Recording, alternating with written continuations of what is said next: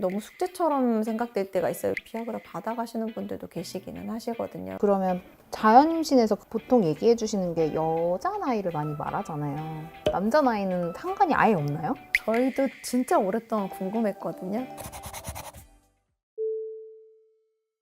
안녕하세요, 박예진입니다. 네.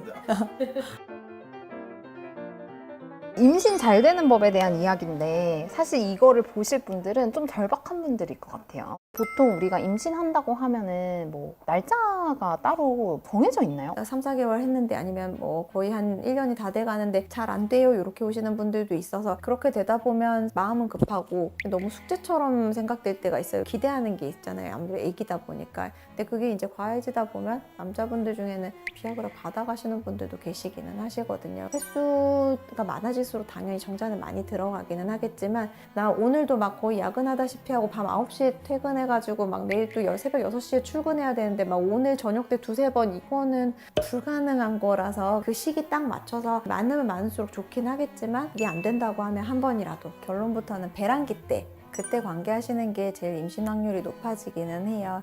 30대 초반 정도까지는 생리주기 한 주기당 관계를 했을 때 임신 확률이 한 25에서 30% 정도 된다고 얘기를 하고요. 보통 35세 넘어가면 고령산모라고 얘기는 하는데 점점 조금씩 떨어져서 이제 한 주기당 임신 확률이 한 20% 정도, 40 넘어가면 5% 정도.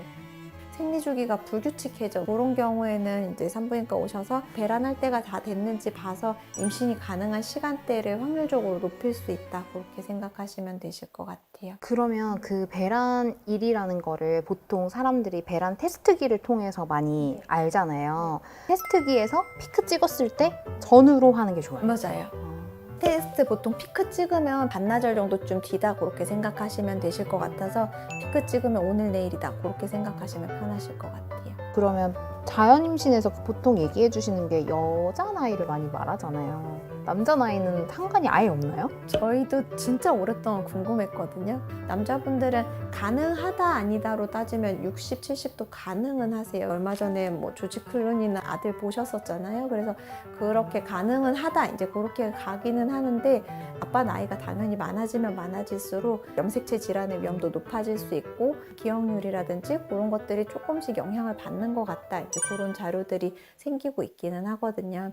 그 보통 임신한다 그러면 다이어트 해라 이런 얘기도 많이 하던데 저도 그래서 첫째 때 수유를 끊으면서 살이 다시 쪘는데 10kg 정도까지 쪘거든요. 그래서 이걸 빼고 둘째를 갖고 싶었어요. 왜냐면 이제 너무 위험도가 크니까. 그런데 실패하고 그냥 둘째가 생겨가지고 그 임신 기간 동안 내내 임신 당뇨나 임신 중독증 생길까봐 되게 걱정하면서 지나갔던 그런 부분들이 있기는 하고 시작인 상태도 중요하고 임신 중에 체중이 얼만큼 불었는지도 중요하긴 한데 과체중인 상태에서는 뭐 몸에 이렇게 우리가 염증 물질 같은 것들 그런 것들 때문에 착상이라든지 조금 저해되는 부분이 있을 수는 있어서 과체중이었다고 하면 체중 조절을 조금 해서 이제 진행되는 걸로 그렇게 말씀은 드리고 과체중인 상태에서는 우리 임신성 당뇨나 임신 중독증 같은 이제 이런 것들을 조금 낮추기 위해서는 운동을 조금 같이 해주시는 게 좋기는 한데 내가 살 쪄 있는 상태에서 찌지 않은 상태랑 비교했을 때는 이제 체중이 실리는 이쪽 관절이 같이 상할 수가 있기 때문에 조금 다이어트를 하시는 게 도움은 되실 거예요. 우리가 다이어트 할 때 병원에서 약 처방 받잖아요. 보통 받는 게 뭐 식욕억제제, 그 다음에 이제 변 잘 나오라고 유산균이라든지 그런 식으로 해서 여러 가지가 있던데 식욕억제제 같은 경우에는 머리 쪽에 있는 그런 신경중추에 작용을 하는데 이게 애기한테 초반에 신경관 결손이나 아니면 입술 쪽, 입술뿐만이 아니라 이 입천장이 안 붙는 기형이라든지 그런 거랑 관련 있는 경우가 있어서 임신 준비할 때는 특히 신경 쓰셔야 될 것 같다고 보시면 될 것 같아요. 임신 준비한다 그러면 산전검사 먼저 하잖아요. 네. 꼭 해야 돼요, 산전검사? 산전검사는 하면 좋은 게 사실 내 전반적인 건강 상태를 보는 기회도 되기는 하고 우리가 보통 임신하면 9개월, 10개월 이 짧은 기간 동안 살뿐만이 아니라 여러 가지 몸에 있는 호르몬이나 이런 상태가 변하는 그런 상황이기 때문에 혈액 같은 경우에는 거의 한 2배 정도까지 늘어나고요. 근데 아기는 아래서부터 점점 차오르니까 심장을 바깥에서도 누르고 있고 내 속에서도 이제 혈액이 많아지는 상태니까 얘는 되게 부담이 되는 상태예요. 그래서 그런 부분들에 대해서 크게 문제 없는지 간 수치가 좀 올라가 있다 그러면 임신 중에 더 추가적으로 손상될 거 대비해서 조금 얘를 상태를 좀 순화시킨 다음에 그런 것들 보는 게 1번이고, 두 번째는 이제 우리가 풍진이랑 수두랑 예방접종하는 거. 그러니까 엄마가 걸리면 태반 뚫고 들어가서 아기가 같이 걸릴 수 있는 그런 질환들이거든요. 후천적인 기형을 갖게 될 수가 있어서 이 주사는 임신했을 때는 못 맞는 주사거든요. 그래서 이거는 미리 없는 거 확인하고 맞아야 되는 거고. 근데 혹시 산전검사를 했는데 임신되기가 어려워요, 이런 케이스도 있어요? 네, 있어요. 우리가 자궁이랑 난소랑 초음파로 모양이 괜찮은지 그렇게 보게 되는데, 자궁 중에서 이제 기형이 있을 수가 있고, AMH라 그래서 엄마들이 난소 나이 보는 검사라고들 알고 계세요. 그래서 남아있는 난자량을 이제 생리 주기랑 상관없이 반영하는 검사라고 이제 그런 게 있는데, 그게 35세를 기점으로 해서 또 뚝 떨어지거든요. 그래서 수치가 낮다, 아니면 난 지금 30살인데 호르몬 수치가 막 40살로 나왔다, 그러면 그때는 조금 난임 클리닉 도움 받으셔서 난자를 미리 채취해 놓는다거나 이제 그런 걸 조금 권장드리기는 하세요. 그 임신을 저희가 준비한다고 하면 얼마 정도 기간을 시도하라고 하세요? 일단 한 3개월 정도 해보고요.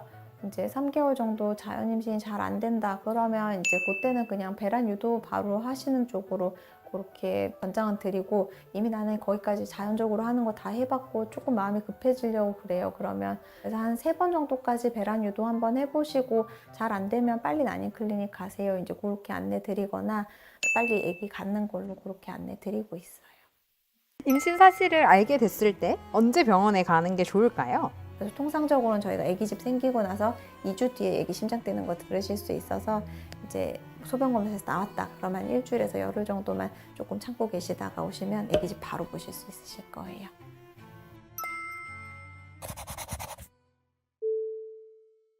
저 같은 경우 전공의 하다가 막 임신해서 막 미리 뭔가 주사 맞고 이런 게 없이 그냥 갔었는데, 지금 생각해보면 와, 정말 간 컸구나, 간도 크지 큰일 날 뻔했네, 약간 그런 느낌이 들기는 하거든요. 임신할 때 생각해봐도 이거 정도는 하고 했으면 좋았겠다, 이제 그런 항목들이 좀 있기는 있어요. 보통 산전검사하면 기본으로 들어가는 내용이라는 게, 우리가 산모되면 빈혈이 생기니까 빈혈 검사, 그다음에 A형 B형 간염 항체 있는지, 그다음에 풍진 수두 항체 있는지. 근데 우리가 갑상선 호르몬의 이상이 있으면 착상에도 문제가 생길 수가 있고, 그다음에 아기가 생겼을 때 뭐 그런 구조 기형을 동반을 한다든지 지능에 영향을 받는다든지 그런 부분들이 있어서 갑상선 호르몬도 초반에 체크는 한번 해주시면 좋을 것 같아요. 전공의 때 봤었던 사례인데, 이 남자 말고는 성관계 한 적이 없어요. 그래서 나는 괜찮을 것 같아요, 이러고서는 검사를 안 하셨던 거예요, 임신할 때까지. 임신해서 일정한 기간 지나고 나면 자궁이 커지면서 세포가 바뀌니까 임신 전에 건강검진할 때 기준으로 봤을 때 이거 조금 정상이 아닌데, 그거 말고는 조금 알기가 어려운 경우가 있어요. 그래서 이분이 산 후에 검사를 했는데 그때 이미 조금 진행이 되어 있는 게 있었고, 한 4년 정도 사셨어요. 되게 이미 많이 진행이 된 상태에서 발견을 해가지고, 그래서 조금 마음이 아팠었던 기억이 있어서, 그러니까 임신하는 그 9개월을 아무것도 없이 가더라도 커버할 수 있는지 그거를 꼭 확인을 하시면 좋을 것 같아요. 다른 병원에서 체크를 계속 하다가 아기 뇌가 조금 구조가 이상한 것 같아요, 이렇게 해서 왔어요. 안 좋은 방향으로 약간 정상적인 발달이 안 되고 있는 상황이었었고, 얘 같은 경우에는 이제 선천성 풍진 증후군으로 아기가 확인이 됐던 사례이고, 그거에 걸리면 아기가 증후군이라는 말이 단일하게 병변이 나타나는 건 아니거든요. 그래서 어디에 감염을 일으키는지에 따라서 기형의 범위라든지 기형의 부위라든지 이런 것들이 조금 특정화될 수 있기는 해가지고, 몇 주 정도쯤에 어디가 감염이 생겼느냐에 따라서 결과들이 다 판이하게 달라질 수 있고, 초창기 그냥 막 발달이 시작되는 그런 시기에 감염이 되면 조금 더 치명적일 수 있겠다, 이제 그렇게 보면 되세요. 치명적이라는 게 이게 살고 죽는 문제에 관련이 된다든지, 얘가 뭔가 정상적인 지능 행동을 할 수 없는 부분으로 간다든지, 이제 그런 것들이 생기면 조금 안타깝기는 하죠. 이제 임신하면 더 이상 할 수 없는 것들이 몇 가지가 있어서 산전검사는 추천하기도 하지만 진짜 꼭 해야 돼? 이런 상황이라고 하면 저는 우리나라에서 살고 있다. 그런 비형간염은 이제 필수 체크는 해주시는 게 좋겠고 보건소에서 기본으로는 안 해주지만 풍진 같은 경우나 이제 저는 수두는 사실 하는 게 좋을 것 같다고 개인적으로 생각은 해요. 내가 임신 준비하면서 태아감염이랑 관련되는 부분들은 한번 확인을 해주실 수 있고 그리고 기본적으로 항체 검사해야 되는 것들이 에이즈도 있고요. 매독도 있고요. 이제 그런 것들이 태아의 성장과 발달과 이런 부분들에 문제가 생길 수 있을 만한 것들이라서 반드시 체크하게끔 되어 있거든요. 저희 병원 같은 경우에는 톡소플라즈마라는 것도 보고 있는데 우리가 개나 고양이 키우면서 사실 내가 알게 모르게 감염될 수 있는 그런 부분들이고 똑같이 풍진처럼 태아한테 문제를 일으킬 수 있는 그런 것들이라서 미리 검사해서 애기한테까지 넘어가는 일을 조금 더 최소화시킬 수 있는 부분은 있어서 산전검사의 의미가 있다고 보실 수 있을 것 같아요. 임신 준비하실 때 미리 꼭 맞으면 좋겠는 예방접종이 있어요. A형간염, B형간염, 풍진, 수두 이렇게 4가지 꼭 맞으시면 좋을 것 같고 A형간염이 급성간염의 형태로 발전을 하면 간 이식을 해야 되거나 나중에 후유증 생기면서 뭐 일시적으로 투석하는 상태가 된다든지 오랫동안 고생하셔야 될 수 있어서 뭐 걸리면 면역이 생긴다고는 하는데 이걸 걸려서 보기에는 위험이 조금 많으니까 미리 체크는 해주시는 게 좋을 것 같고요. 그다음에 B형간염 같은 경우에는 우리나라에서 되게 많아요. 그래서 이제 오랫동안 간염 상태가 지속이 되다가 간경화가 되거나 만성 간염이 되거나 간암으로 가거나 그렇게 가는데 그래서 뭐 임신하는 기간 도중에 당장 뭔가 문제가 생기지는 않는데 수직 감염이라 그래서 엄마 혈액에 아기가 노출이 되면서 감염이 될 수 있기 때문에 접종을 조금 하시는 게 좋으시고요. 풍진은 내가 걸리면 폐반 뚫고 아기한테 직접적으로 감염이 될 수 있는데 어른들은 그냥 감기 증상인데 아기가 뱃속에서 감기 걸리는 게 아니고 바이러스 때문에 감염이 일어나기 시작하면 뇌라든지 아니면 특정한 장기에 감염이 생기고 그냥 그 장기가 기형이 생기는 거거든요. 수두는 사실 내가 안 만나면 되지 이렇게 생각할 수는 있는데 뭐 예를 들어서 내가 백화점에 갔는데 수두걸리 내가 지나갔어요. 그래서 내가 위험한 거 플러스 이제 태아가 위험한 거를 생각을 했을 때는 그냥 기왕 피검사에서 체크하시는 거 풍진이랑 이제 같이 수두랑 같이 체크해 주시는 것도 나쁠 것 같지는 않아요. 그래서 우리가 A형간염이랑 B형간염 같은 경우에는 조금 길게 맞거든요. 그래서 A형간염은 맞아야 된다고 하면 6개월 간격으로 2번, 그 다음에 B형간염은 1차 맞고 한 달 뒤에 2차 맞고 6개월 뒤에 3차 맞고 3번. 그래서 A형간염이랑 B형간염은 이 6개월 동안 임신 절대로 하면 안 되지는 않아서 그냥 접종 시작하시고 임신하시다가 시기만 챙겨서 맞으시면 되시고 풍진이랑 수두 같은 경우에는 우리가 생백신이라서 이 백신을 맞으면서 감염성을 가지는 단계를 지나가거든요. 이 예방접종 때문에 태아감염이 바로 유발될 수 있는 위험성이 있기 때문에 주사에서 들어온 병원균은 없어진 다음에 임신을 준비하시는 게 안전하세요. 그 다음에 이제 엽산 안 먹고 있었는데 갑자기 임신이 된 거예요. 그러면 이제 와서 우는 산모분들도 계세요. 엽산을 안 먹기 시작했는데 저 임신해서 이제 어떻게 해요?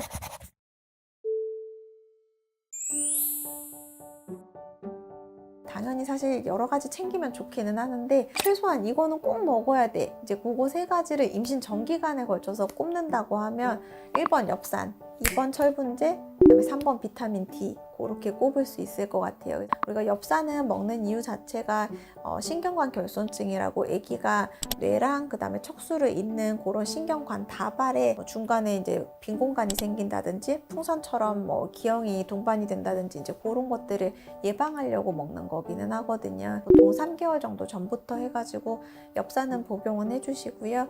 그다음에 우리가 보통 엽산은 400 마이크로그램 이상이면 이제 적정 용량이라고 얘기를 해요. 요즘에 되게 다양하게 나와 있어서 400짜리도 있고 600짜리도 있고 800짜리도 있거든요. 내가 종합을 이미 먹고 있는 상태야. 그럼 종합에는 최근에 나온 것들 보니까 600 이상씩은 들어가 있어서 그거 드시면 엽산 따로 안 드셔도 괜찮으세요. 그 다음에 이제 엽산 안 먹고 있었는데 갑자기 임신이 된 거예요. 그러면 이제 와서 우는 산모분들도 계세요. 엽산을 안 먹기 시작했는데 저 임신해서 이제 어떻게 해요? 지금부터 드시면 돼요. 됩니다. 그래서 이 신경관이 만들어지는 시기가 임신하고 첫 한 15주 정도까지이기 때문에 그 시기 동안 내가 엽산을 안 먹은 상태에서 임신이 발견돼도 15주까지 계속 쭉 같이 간다고 하면 문제는 없으세요. 근데 우리가 엽산 드시는 분들 중에 이 400, 600, 800 뭐라도 상관은 없거든요. 근데 이걸로 충분하지 않은 분들이 간혹 계시기는 하세요. 내가 옛날에 신경관 결손증 있는 아기를 출산한 적이 있다든지 요거 검사했는데 내가 엽산을 만드는 그런 과정에 문제가 있는 유전자에 문제가 있어요. 이제 그렇게 되면 이분들은 고용량으로 처방 따로 받으셔야 되시고, 마지막으로는 이제 엄마가 본의 아니게 내가 내 질환 때문에 뭐 이제 항경련제 같은 거 드시고 계시는 분들이 계세요. 근데 그런 약 중에서는 엽산 대사 과정에 문제를 일으키기 때문에 이제 또 고용량으로 처방 받으셔야 되는 분들이 있어서 그런 경우에는 주치의한테 처방 꼭 받으시면서 똑같이 3개월 전부터는 고용량으로 드시기 시작하는 게 좋겠다, 그렇게 보시면 되세요. 그다음에 비타민 D 같은 경우에는 평상시에 비타민 D를 챙기고 있어요. 이러면 별로 문제가 안 되는데 내가 너무 결핍이면 같이 먹는 게 좋을 것 같아요. 뭐 햇빛에 이렇게 노출되면 합성이 된다고 하는데 정상적으로 햇빛 봐서 합성하는 건 기대하기가 조금 힘들기는 하고, 요거는 복용을 조금 해주시는 게 좋은 게 이게 결핍일 때 보충이 안 되면 우리가 임신성 당뇨나 임신성 고혈압 위험이 조금 임신 중에 올라간다고 돼 있기는 하거든요.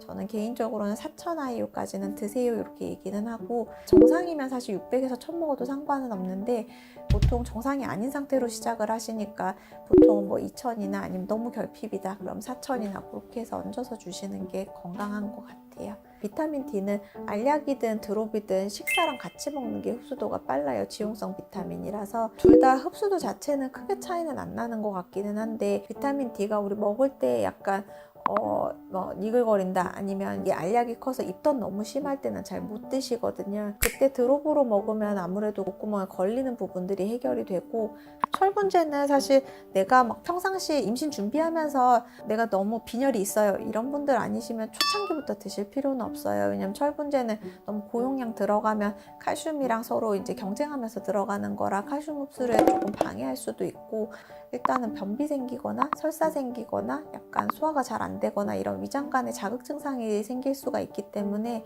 빈혈이 딱히 없다고 하면 철분제를 초반부터 먹을 필요는 없고요. 근데 나중에 한 24주, 25주 됐을 때 그때 이제 아기가 자라기 시작하고, 그다음에 아기 자라면 엄마 혈액량도 늘어나고 하면서 아기가 뺏어가서 내가 부족한 부분도 있기 때문에 그때부터는 조금 많이 드셔야 되세요. 그래서 우리가 16주 지나면 워밍업 하듯이 이제 창고에 조금 쌓아놓는 느낌으로 나중에 필요하면 꺼내서 쓰라고, 그래서 그렇게 슬슬 드시는 게 좋고, 이제 20주 넘어가면 그때는 이제 넣기 바쁘게 꺼내갈 거라서 그때부터는 바짝 드시는 걸로 보시면 좋으세요. 그래서 우리가 한 24주, 5주쯤 되면 어차피 임신성 당뇨 검사하면서 피 검사하거든요. 그래서 그때 한번 중간 점검하시고 모자르면 이제 추가로 더 얹어서 드시거나 그렇게 보시는데, 산모분들 이게 가끔씩 철분제 추가했더니 변비 생겨서 빼먹었어요 이제 그렇게 되는 경우 있는데, 사실 철분제는 우리가 산소 전달력이랑 관련이 있는 거라서 내가 어지러운 거 좀 참지 뭐가 아니고 애기한테 들어간 산소량이 같이 살짝 줄 수 있어서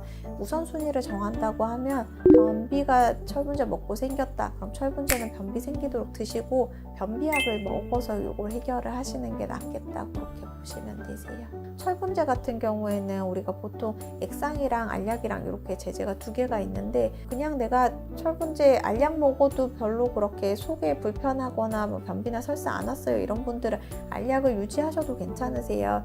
액상 같은 경우에는 위장관 트러블이 좀 덜 생긴다고 얘기는 하거든요. 근데 개인적으로는 이게 액상이 약간 쇠 냄새가 나요. 그래서 이 냄새가 별로 그렇게 크게 거슬리지 않다고 하면 액상이 흡수도라든지 아니면 변비나 이런 거에는 훨씬 좋을 거고, 난 냄새가 극복이 안 될 것 같아 하시면 알약으로라도 변비약 먹어가면서라도 그렇게 해서 드시는 게 좋을 것 같아요. 이 유산을 하셨던 분들은 사실 다시 유산할까봐 엄청 두려워하시잖아요. 보다 우리가 2번 이상 유산이 연달아서 일어나면 그때는 반복 유산이라고 얘기는 하는데, 그거는 1%, 5% 미만이에요. 그래서 그 임신을 하기 전에는 제발 임신만 되라 거의 이러는데 임신하고 나면 불안감이 진짜 커지는 것 같아요. 저는 뭔가 초기 유산이 되게 많다는 얘기를 들어가지고 제가 일부러 산모들한테 얘기 안 해요. 생각보다 비율이 되게 높아요. 초기 유산 확률이 통상적으로는 10% 정도 얘기는 하고, 그 다음에 뭐 다른 산모 요인에 따라서 뭐 한 25%까지는 보고는 된다고는 하고, 그 다음에 40세 넘어가면 30%까지는 확실히 올라간대요. 근데 우리가 요즘에 우리나라만 가지고 봤을 때는 산모분들 나이가 점점 올라가고는 있는 상태이기는 해가지고 30%? 그러니까 3분의 1 정도는 되거든요. 그래서 생각보다 확률이 조금 높은 편이기는 하고요. 근데 이게 엄마가 뭘 하는 거에 따라서 달라지지는 않거든요. 왜냐면 초기 유산이라 그러면 이제 초기가 우리 14주 이전까지 13주 6일까지 이제 그때 유산이 되는 걸 얘기하는 건데, 보통은 아기 집 생기고 아기가 태반 생길 때까지 먹을 이제 도시락 난황 생기고, 그 다음에 아기 생기고 심장도 뛰고 이제 그런 식으로 차례대로 진행이 돼야 되는데, 집은 생겼는데 그 이후로가 아예 진행이 안 됐다. 그 다음에 난황 생기고 아기가 안 생겼다. 아기가 생겼는데 심장이 뛰다가 멈췄다. 그 다음에 심장이 한참 뛰고 커지다가 어느 시점에 죽어 있더라. 이제 그런 것들을 통칭해서 다 포함하는 그런 개념이거든요, 초기 유산이. 근데 보통 이것 중에 제일 많은 게 50%가 염색체 이상, 그러니까 얘가 그냥 이상이 있었던 건 거예요. 그래서 그 시기를 넘어갈 수가, 정상적으로 발달을 할 수가 없는 그런 상황이 되게 대부분이기는 하고요. 그럼 유산되는 순간 나 지금 염색체 검사해야 되는 거야고 하면 그렇지는 않아요. 이건 엄마가 뭘 잘못해서 생기는 게 아니라, 내가 유전질환이 실제로 있어서 생기는 게 아니라 그냥 랜덤 에러인 거거든요. 그래서 그렇게 넘어가는 게 초기 유산이 50% 정도쯤 되기 때문에 내가 뭘 하지 말 걸, 그때 뭐 여행을 가지 말 걸, 그때 회사를 쉬었어야 되는데 이런 거 전혀 상관없어요. 나머지 50% 중에서는 근데 이제 우리가 막 여러 가지를 꼽기는 해요. 초기에 감염이 되게 심하게 되는 경우, 이거는 자궁 감염도 포함이기는 한데, 엄마가 막 감기 걸려서 막 되게 많이 열이 나고 막 이런 식으로 진행이 됐다. 근데 뭐 모든 열 나는 산모가 유산율이 올라가는 거는 아니기는 한데, 이게 엄마가 염증이 생기든지 뭔가 감염이 된다든지 그런 것들이 문제가 되면 다른 들어온 거를 물리쳐야 되니까 평상시보다 면역 활동이 올라가고, 그럼 사실 애기 입장에서는 이게 별로 반갑지 않은 거예요. 이제 그렇게 가다 보면 유산으로 이어지게 되는 경우가 생길 수 있는 그런 부분들도 있어요. 그래서 감기가 심하게 걸린다 그럼 전 빨리 약 먹으라고 얘기는 하거든요. 당연히 임신 중이니까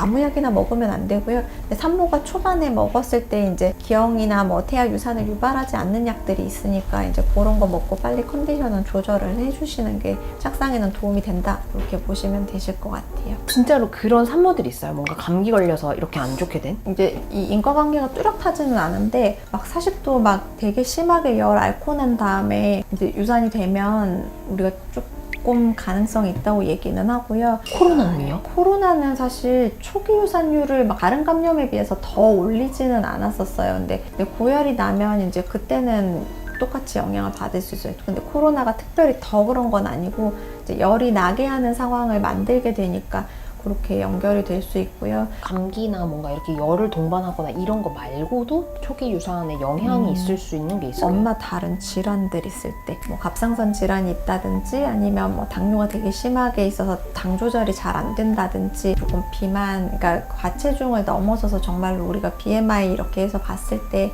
30 이상 되면 우리가 그때는 비만이라고 얘기는 하는데, 30 이상 되는 분들은 사실 초기 유산 확률 자체도 올라가지만 중기 이후에도 뭐 여러 가지 이유로 조산할 확률 자체도 올라가기는 하거든요. 그래서 그런 엄마의 내과적인 다른 상황들 때문에 생기기도 하고요. 그런 뭐 루푸스 아니면 항인지질 항체 증후군 이제 그런 것들이 있는 분들은 이제 이게 연결이 잘 안 되면서 임신 자체가 초반에 초기 유산이 많이 생긴다든지 이제 그런 것들이 있을 수 있어서, 이 유산을 하셨던 분들은 사실 다시 유산할까봐 엄청 두려워하시잖아요. 보다 우리가 2번 이상 유산이 연달아서 일어나면 그때는 반복 유산이라고 얘기는 하는데, 그거는 1%, 5% 미만이에요. 그래서 거의 없어요. 그래서 3명당 1명꼴로 이제 그렇게 유산되는 확률이 높기는 하지만, 다음 임신하실 때 걱정을 하지는 않으셔도 되세요. 문제는 이제 다시 생기는 경우가 1%에서 5%는 있거든요. 그래서 저희가 2번째 유산이 그래서 연달아 되면 초기 이제 유산, 반복 유산 검사를 하시는 게 좋겠습니다 얘기는 하고, 거기에 이제 포함되어 있는 거는 엄마 아빠의 염색체, 그 염색체 원형 자체가 괜찮은지, 지금 임신하기에는 좀 문제가 될 만한 게 있는지. 사실 초기 유산 검사하는 분들 중에 50-60%는 아무 이상이 없어요.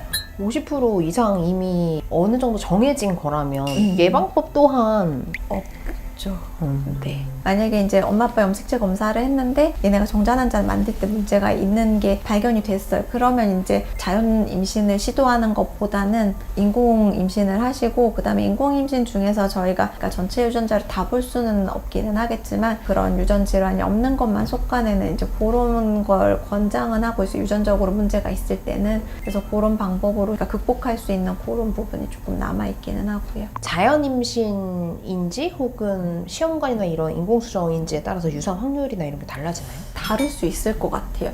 나는 올해 안에 꼭 임신을 하고 싶어. 이래서 그냥 바로 처음부터 인공 임신이라든지 아니면 시험관 아기를 했다든지, 아니면 그냥 나 회사나 이런 것 때문에 나는 지금 임신하면 좋겠는데 뭐 이런 식으로 임신된 분들은 크게 차이는 안 날 것 같은데, 난임 진단을 받았었던 분들, 그러니까 나이가 이미 많은 상태에서, 그러니까 이 오랫동안 기다리다가 결국은 시험관 아기를 하게 됐다. 아니면 이제 난 처음부터 시험관 아기지만 내가 원체 나이가 많은 상태, 막 40대 이상이 된 상태에서 결혼을 했다. 이런 분들은 임신을 하는 상황 자체가 다르기 때문에 딱히 시험관 아기를 했기 때문이 아니고 임신을 하는 컨디션이 다르기 때문에 유산율이 초기에 조금 더 올라갈 수 있을 것 같기는 해요. 너무 내가 나이 초반의 시간, 그러니까 아기가 생겼을 때 그냥 임신을 기뻐하고 기대하고 그냥 그걸 충분히 누리셔도 괜찮으실 것 같고요. 생기게 되더라도 3분의 1은 사실 우리가 정말 살면서 누구라도 겪을 수 있는 그 정도의 확률이거든요. 사실 아까 말씀드린 것처럼 내가 잘못해서 생기는 일은 아니에요. 아빠가 잘못한 일도 아니고